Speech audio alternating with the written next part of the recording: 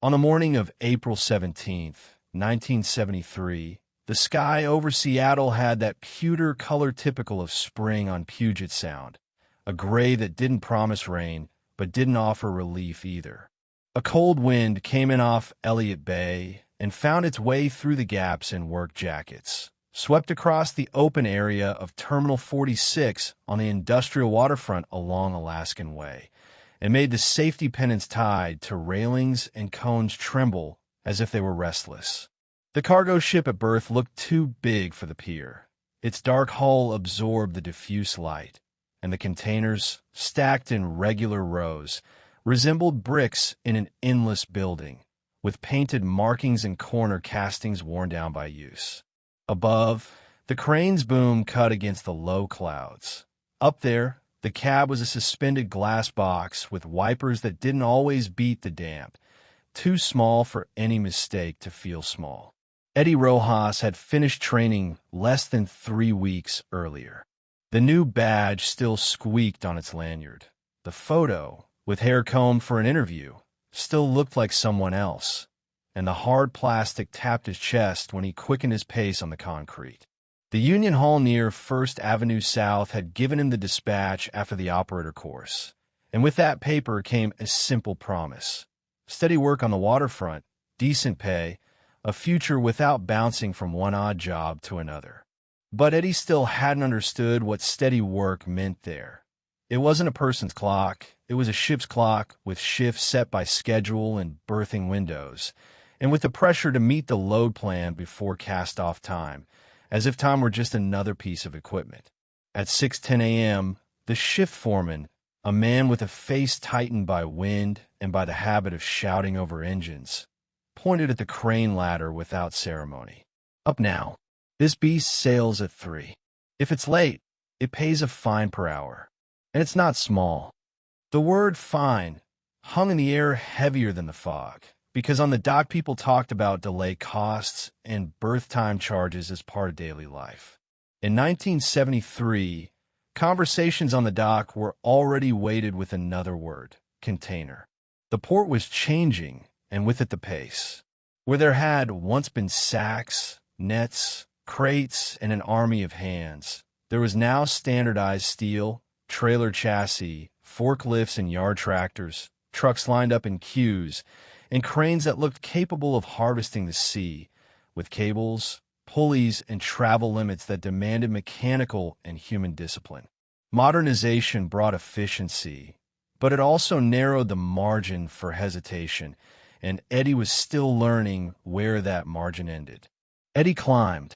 The metal ladder was damp with condensation and old drizzle, and each rung had a sharp edge of cold that cut through the sole of his boot.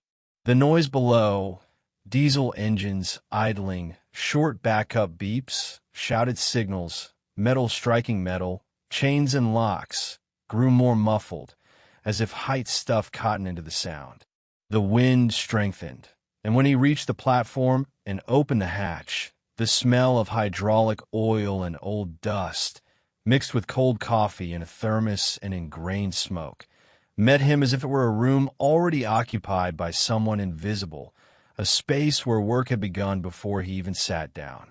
The cab had 2 seats, but only one was used.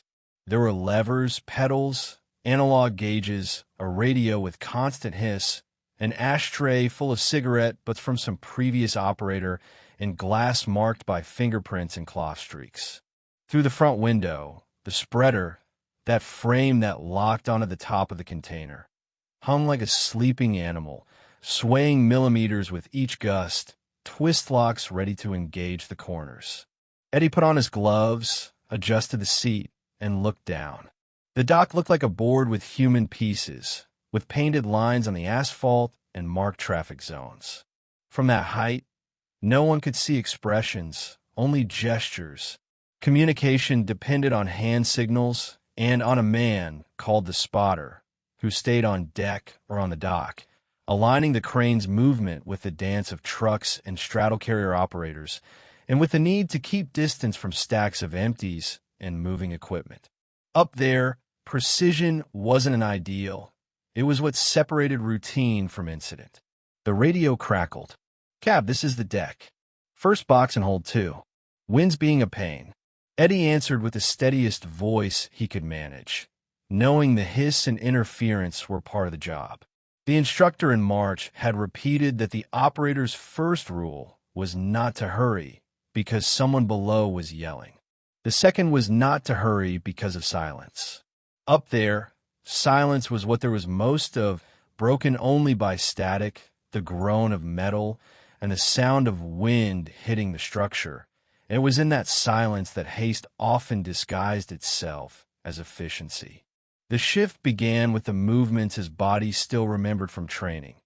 Lower the spreader, align, lock, lift, swing, travel, lower, unlock.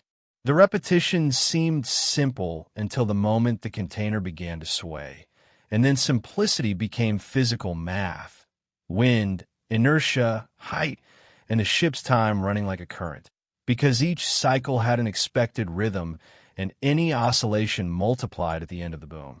Eddie learned quickly that the world up there ran on a different scale. A centimeter on the joystick could become half a meter at the end of the gear. A hesitation of 2 seconds could become a line of stopped trucks, engines burning diesel for nothing, and people waiting in the rain. And at the same time, 1 second less could become contact, damage, an accident, and a chain of consequences no one could gather back up afterward. At 9:35 a.m., the drizzle finally started, fine and persistent like wet dust collecting on the glass. The cab windows fog at the edges, and Eddie wiped a corner with his sleeve to open a triangle of view, leaving a dull smear. The radio brought a voice from the dock. "You're doing fine, rookie. Just don't let the box sing." Sing was when the container struck something and the metal made that hollow sound that sat in your chest, a warning of contact that could become damage, an accident, and paperwork. Eddie swallowed hard. He wasn't afraid of height. He was afraid of making a mistake without noticing, because distance turned small deviations into big consequences, and what looked millimetric up there became a dangerous margin down below.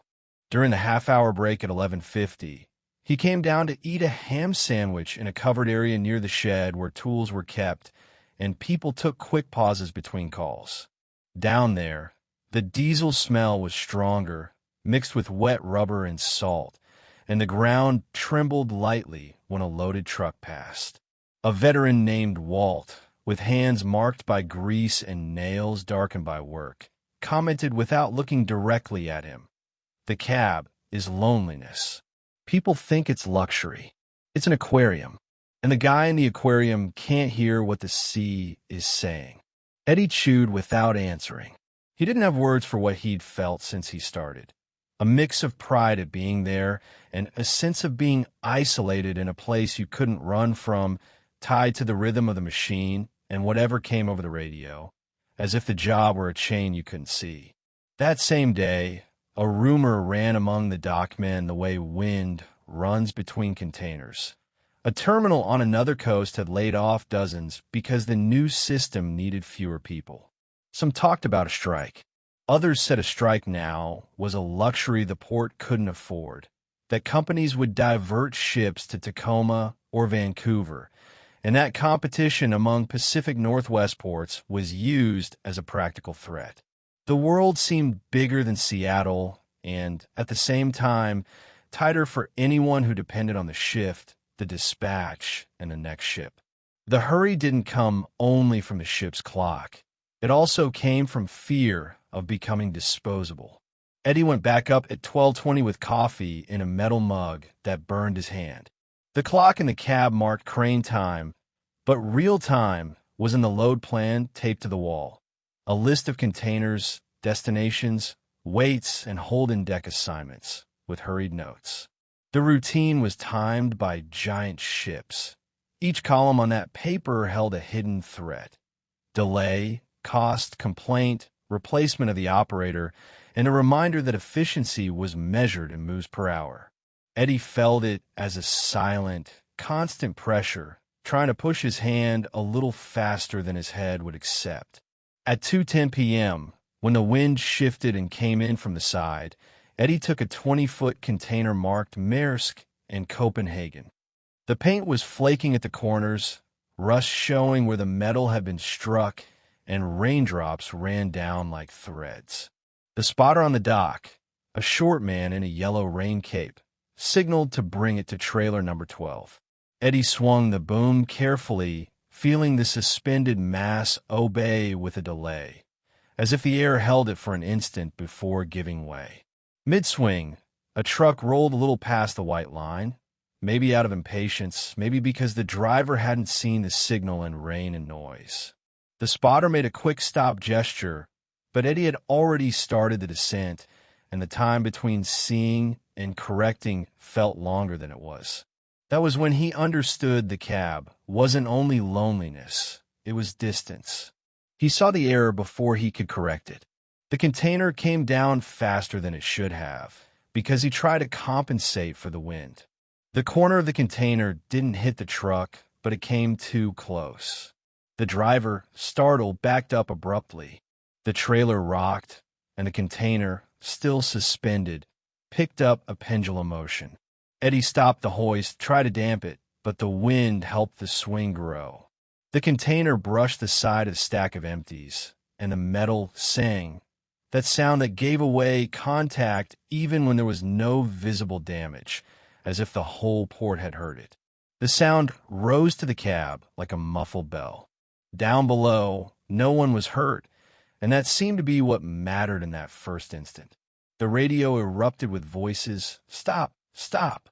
Hold it! Are you crazy? Eddie took a deep breath, steadied his hands, and with minimal movements managed to stabilize, waiting for the swing to lose energy before insisting.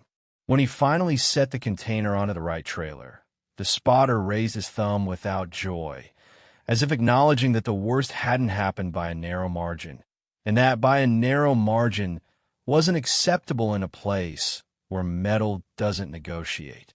The foreman appeared at the base of the crane when Eddie came down at the end of the shift at 3:40 p.m. He didn't shout.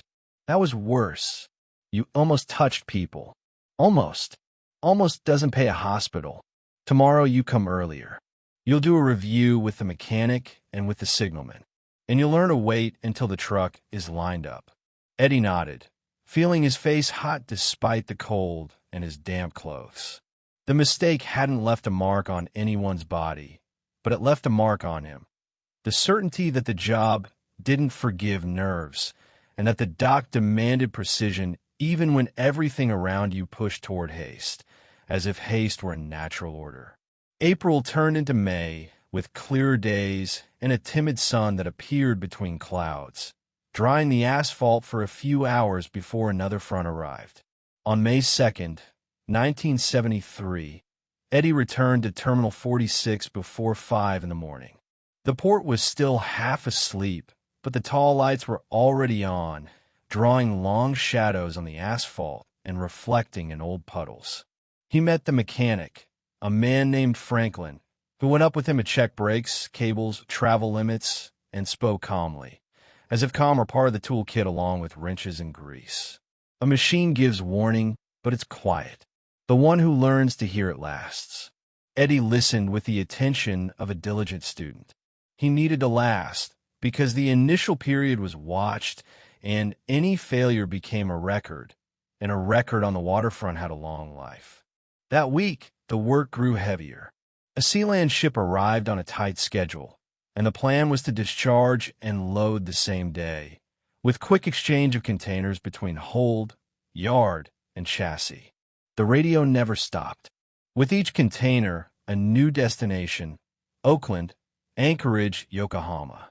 Eddie began to recognize the brands the way you recognize streets, and to distinguish sizes and behaviors by weight and by how the rig reacted to wind. He learned to read the wind in the way a ribbon tied to the railing trembled, learned to wait an extra second when the spreader looked aligned but still had inertia. He also learned that up there no one could see when your hands shook from fatigue, and that fatigue accumulated in long shifts and short breaks until it became a silent risk. On May 14th, On Monday, the rain returned hard, striking the cab glass like grains and running in streams that distorted the view. The shift began at 6 a.m. and promised to run until late afternoon because of delays from the previous ship. Eddie had slept little. On Sunday night, the small apartment in South Park had been invaded by the noise of the Duwamish River Valley and by worries that wouldn't quiet, with traffic and industrial activity that didn't respect rest. The pay was good, but the feeling of always being one wrong move away from losing everything was a constant weight. He had a wife, Marlene, who worked part-time at a laundry in Georgetown, and a 4-year-old boy who woke early asking for cereal. Home life seemed simple compared to the cab, but it depended on it, on the paycheck and on steady work, and that made each shift feel narrower. At 10:20 a.m., the radio announced a procedure Eddie hadn't yet faced alone: lifting a refrigerated container, a reefer, with an electrical connection on deck. It was heavier, and the placement had to be perfect so as not to damage plugs and cables, because the cargo depended on continuous power. The spotter that day was someone else, a young man named Pete, who made signals too fast. Eddie asked over the radio for a repeat. Pete repeated, impatient, and the foreman pressed. Come on, the ship's counting." The phrase, said as routine, tightened the space between decision and execution, and Eddie felt the old conflict. Fast enough not to choke the flow, slow enough not to create a problem that stopped everything. The reefer rose from the hold with water running down its sides, condensation and rain mixed, and the rig seemed slower, more stubborn. The wind came in gusts and made the spreader vibrate. Eddie swung toward the dock, where a trailer waited. The driver was out of the cab, in a rain cape, looking up, body hunched against the rain. Eddie began the descent slowly, trying to line up with the center of the trailer. Pete signaled a little more to the right. Eddie adjusted. The heavy container took time to respond. When it responded too much. Eddie corrected back. For an instant, the container was exactly over the right point, and then a side gust pushed the rig. It wasn't a big shove. It was enough, because height turned enough into real displacement, and real displacement, there was always a threat. The corner of the container struck the edge of the trailer with a dry thud. The metal didn't sing like before. This time it sounded like a hammer on an anvil, an impact you felt more than heard. The impact made the trailer jolt, and at the same time, the tension in the cable changed abruptly. Eddie saw, with a clarity that would stay with him for years, the driver step back so he wouldn't be hit. He saw Pete throw up his arms in a late reflex. He saw a worker on the ground, too close to the wheel, lose his balance on the wet asphalt where oil and water made a treacherous film, and the fall seemed to happen within a single second that offered no choice. The man fell sideways, and his knee hit first. But the worst came after. He slid a little more, and his right hand tried to brace on the trailer's edge. The wheel, which had moved centimeters with the impact, caught his hand. It wasn't a long scene. It was an ugly, final instant. The scream was swallowed by engine noise and rain, but not by the radio, where someone shouted to stop everything, and where urgency became command, because in that moment the operation stopped being logistics and became an emergency. Eddie locked the crane, lifted the container a few centimeters to relieve any pressure, and stayed motionless, looking down as if looking could undo what had happened. Below, men ran. Someone pulled the worker away from the wheel. A yellow cape knelt on the ground. The foreman signaled to shut down. The radio became chaos. Short words, curses, calls for an ambulance, instructions to keep the area clear because equipment and people were still moving around, and the port, even stopped, still had motion. At 10:32 a.m., the siren of a Seattle Fire Department ambulance came down Alaskan Way and entered the terminal, forcing a path between trucks and stacks. The rain continued, indifferent, forming puddles around boots and running toward drains clogged with debris. Eddie went down the ladder with legs that felt strange, as if they weren't his, feeling wet metal under his hands. When he reached the ground, he saw the worker being placed on the stretcher. The man's face was white, eyes squeezed shut in pain. His right hand was wrapped in improvised cloths already stained dark. A paramedic spoke quickly, and no one answered, because the answer there was to make space and let them through. The man's name, Eddie would hear later, Harold Hal Jensen, longshoreman, 48 years old, father of 2 teenage daughters in West Seattle. The terminal stopped for almost 2 hours. The company demanded a report. The union demanded witnesses. The foreman set Eddie aside in a corner of the shed, away from the other's eyes, where the sound of rain on the sheet metal roof made a continuous noise. Don't say more than you have to. Just answer what they ask. The guidance wasn't malicious. It was practiced. An accident on the waterfront was something that became paper and, sometimes, court forms, statements, procedure reviews. Eddie nodded, but he couldn't swallow the feeling that the cab had pushed the world away at exactly the moment he needed to be close, and that distance, which had been only discomfort before, now had a human cost. That afternoon, at 4:05 p.m., a safety representative wrote everything down: wind, rain, signals, truck position, response time, and the condition of the ground. Eddie repeated what he remembered without embellishment. He said he asked for the signal to be repeated. He said the container responded with delay. He said the asphalt was slippery. The words came out clean, organized like a report, but inside there was a constant noise, like the radio hiss when no one speaks, and like the replay of a second that wouldn't return, insisting on presenting itself again. Hal Jensen did not die, but the event was irreversible all the same. 3 fingers were amputated at Harborview Medical Center that night, and the hand never again became a working hand, with limitations that didn't resolve with a bandage. In the days that followed, the port returned to its usual hurry, because ships don't wait, and because each hour on the dock costs money that someone charges someone. But for Eddie, every container took on the additional weight of imagining flesh and bone underneath, and of remembering that distance was not an excuse, and that by a narrow margin was not an acceptable category when the ground collects its due. On May 20th, 1973, Eddie received a 2-week suspension while the internal investigation continued. There was no celebration of relief. There was emptiness.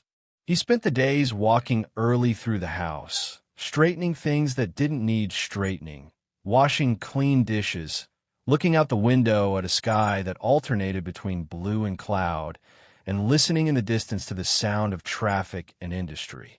Marlene watched in silence, with a worried patience.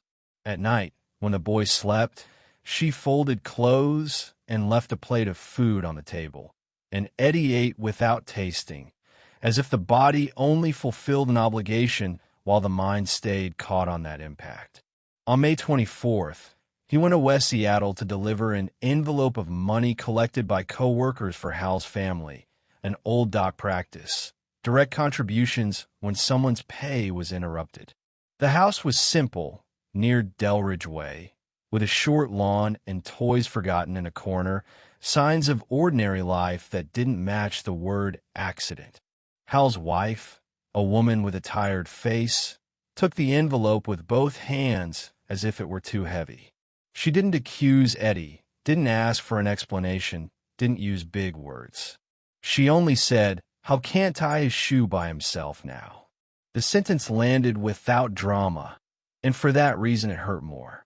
Eddie stood on the porch, holding his cap, and nodded. There was no answer that fit, because what was missing wasn't a phrase. It was time before the impact, and no one gave that back. When the suspension ended, on June 4th, 1973, Eddie returned to Terminal 46 with a feeling of returning to a place where something had broken. The foreman put him on an older crane with less movement, away from the fastest operations, where the pace was a little less aggressive. It was a form of punishment and protection. The fixed spotter now was Walt, the veteran with grease-stained hands, who didn't make hurried signals. Walt made clear signals, waited for the truck to line up, and spoke on the radio with the same calm of someone who had seen enough not to waste his voice, and not to confuse urgency with loss of control. For Eddie, that calm wasn't comfort. It was method, and method was what remained when confidence had been wounded. Summer arrived slowly.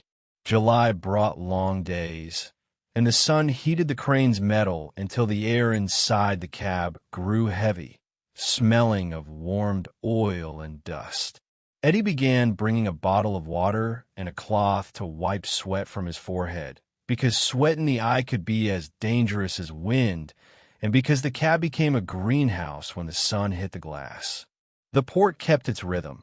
Pacific ships, containers with fruit from California, industrial parts, boxes marked with destinations Eddie would never visit. The cab's loneliness didn't lessen. It simply became more inhabited by memory, and by an attention that didn't relax, as if each movement had to be confirmed twice in his head before becoming a gesture. On July 11th, 1973, there was a safety meeting in a shed near the dock. It wasn't a ceremony.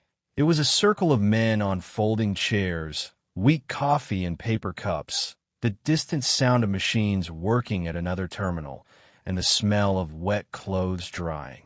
A representative read new rules. Reinforced lines on the asphalt, drivers required to remain in the cab, standardized signal communication, immediate stoppage when there was doubt. Eddie listened with his body tense. He knew rules were late answers to things that had already happened, and that paper came after blood, trying to organize what metal had disorganized in seconds. After the meeting, Walt leaned beside Eddie, looking at the ground. It's not just one person's fault. It's a system that pushes. But the guy on the levers feels like it's only him. Eddie didn't answer. The sentence didn't absolve, but it described. And description, in that period, was the most he could accept without breaking, because guilt was a weight you didn't unload like a container, and because the job required him to keep climbing even while carrying that weight. In August, Hal Jensen appeared at the terminal for the first time since the accident, not to work but to handle paperwork with measured steps and waiting time in offices. He was thinner, and his right arm looked strange inside the sleeve, as if the clothing no longer knew how to fall over it. Some men looked away out of embarrassment, others out of respect. Eddie saw him from a distance and felt his stomach tighten. He had no right to demand anything, neither forgiveness nor conversation. Still, when Hal passed near, Eddie took off his cap. Hal stopped for a second. His eyes were clear, without tenderness and without hate, like cold water. "Operator," Hal said in a low, hoarse voice. No name was used. Cab's too high to see the ground, but the ground collects. He raised his left hand, intact, and adjusted the brim of the cap he wore. Now it's done. And he kept walking with careful steps, like someone learning again how to occupy space, and like someone carrying a body that had changed function. That was the entire conversation, and it was enough to mark a kind of practical closure. Eddie went back up the crane the next day with a weight that was no longer only guilt. It was also ongoing responsibility with no end date. He began to act with a discipline that bordered on ritual. He arrived early, checked the radio, cleaned the glass, tested the brake, watched the yard before starting. He waited for the truck to line up, even when people shouted. He stopped when the spotter seemed uncertain. In September, when a strong gust made a container swing too much, he stopped the operation for 3 minutes to damp it. The foreman complained over the radio. Eddie held the pause. 3 minutes cost less than a hand, and less than a report that didn't disappear, and he already knew exactly the price of the opposite. In autumn, the light changed. On October 6th, 1973, A cold morning with wet leaves stuck to the asphalt. Eddie operated during a tight tidal window. A ship needed to leave before late afternoon to make its route without delay. The pace was accelerated, but Eddie no longer let himself be dragged by it. Up there, he saw the port as a huge, impersonal machine, and he also saw the human details that had once seemed like dots. A man tying his rain cape at the neck, another rubbing his hands to warm them, a driver lighting a cigarette with his back turned to the wind. Small things that reminded him the dock was made of people, and that people were what remained exposed when metal went wrong, even if the error began as a minimal adjustment. In November, the news on the home radio spoke of an unstable economy, gasoline getting expensive, tension in markets. At the port, that meant more pressure to be efficient, less tolerance for stopping, and more demands for productivity on every shift. Eddie felt that pressure like a second wind, constant, trying to push decisions toward the faster side. Even so, when the clock marked the end of the shift and he climbed down the ladder, there was a difference. He came down without the feeling that he'd left part of his body suspended up there. The work remained dangerous, but awareness of danger had become a tool, as real as glove and radio, and a tool that was what kept the world in place. On December 18th, 1973, with the city decorated in modest lights and the air smelling of wet wood, Eddie received an envelope from the union confirming he had passed the probationary period. It was a simple paper, but it meant stability, less vulnerability to immediate cuts, and more predictable scheduling. He took the envelope home and set it on the kitchen table. Marlene read it, gave a small smile, and put it in the drawer with important documents: the boy's birth certificate, the rental agreement, paid bills. There was no big celebration. There was only the sense that the ground under their feet was a little less fragile, even though the job still demanded the same care, the same internal brake against haste. At the beginning of 1974, on January 9th, Eddie returned to Harborview for a company-required appointment, part of post-accident follow-up. In the corridor, he saw Hal Jensen sitting, waiting for another evaluation, his left hand holding papers and his right hidden in his coat pocket. They didn't speak. Hal looked once, briefly, and returned his gaze to the wall. Eddie went on, feeling that this was the possible form of coexistence, to acknowledge without intruding, to remember without turning it into spectacle, and to accept that certain things aren't resolved with words, only with how you work afterward. The port's routine continued, as it always would. Ships arriving before dawn, cranes turning against the sky, the sound of metal and water, the smell of diesel and salt. Eddie kept climbing to the cab, that glass box where the world was distant and yet depended on a touch of the hand, a minimal adjustment, and a pause at the right moment. He never came to like the loneliness, but he learned to accept it as part of the job, like wind and rain. The danger didn't diminish. It simply became more named, more visible, and therefore a little more controllable, because control came from recognizing limits and not from pretending they didn't exist, and from understanding that haste always charges interest. In the last week of March 1974, almost a year after the first day he had climbed up with his new badge, Eddie finished a shift at dusk. The low sun opened a golden band under the clouds and made a ship's hull shine for an instant, reflected on the wet yard. Up there, before shutting down the controls, he looked at the dock and saw the white lines, the cones, the men walking with sure steps among machines. He also saw the puddle where, months earlier, rain had marked the asphalt and a body had fallen. Nothing in that place indicated the event to anyone who didn't know, and yet it was there, incorporated into the way Eddie waited for a truck to line up, into the way he demanded a clear signal, into the way he understood that a container wasn't only cargo, it was suspended weight over ordinary lives. He climbed down the ladder slowly, feeling cold metal under his boots. And when he stepped onto the ground, the port's noise wrapped around him, as always, without ceremony. He put away his gloves, adjusted his cap, and walked to the parking lot where simple cars waited in a row, windshields stained with salt and dust. The wind off Elliott Bay kept blowing, carrying the smell of salt and oil, and the city in the background went on with its gray light and its working days. Eddie got into the car, started the engine, and left the terminal behind with the quiet certainty that the cab would be waiting for him the next day. Not as a promise of heroism, but as a post where attention and patience were the only way to keep the whole world for one more shift in the right place. If this story resonated with you, please consider liking the video. It helps ensure that these quiet, often forgotten stories continue to be shared.